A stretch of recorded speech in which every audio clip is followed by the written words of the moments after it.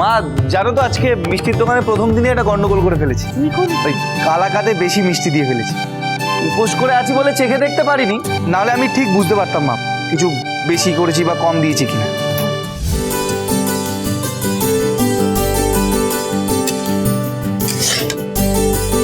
কাল তুমি ইচ্ছে করেই আমাকে সাথে নিয়ে সব রান্না শিখিয়ে দিলে, কারণ তুমি জানতে মা আমাকে আজকে এই পদগুলোই রান্না করতে দেবে।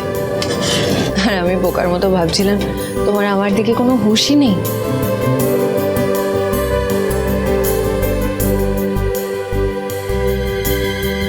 শঙ্কর একবারও ভাবছে না আমি কালকে রান্নাগুলো করবো কি করে।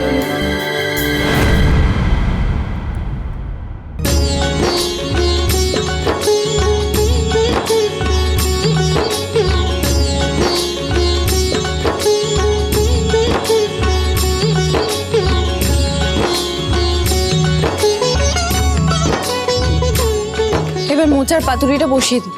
এ বাবা, আমি তো কলা পাতা আনতেই ভুলে গেছি। যাই নিয়ে আসি।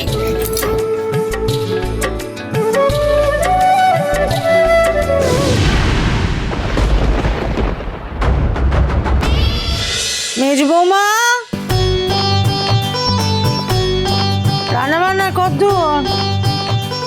মা হয়ে এসেছে।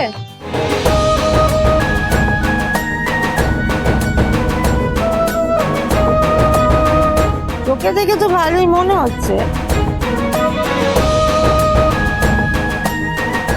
হাতে পড়লে স্বাদ বোঝা যাবে।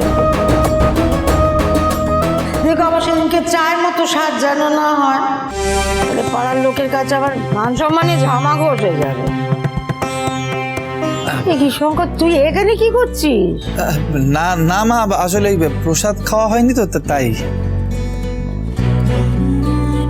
ভালো করেছিস। আয় বড় বৌমা।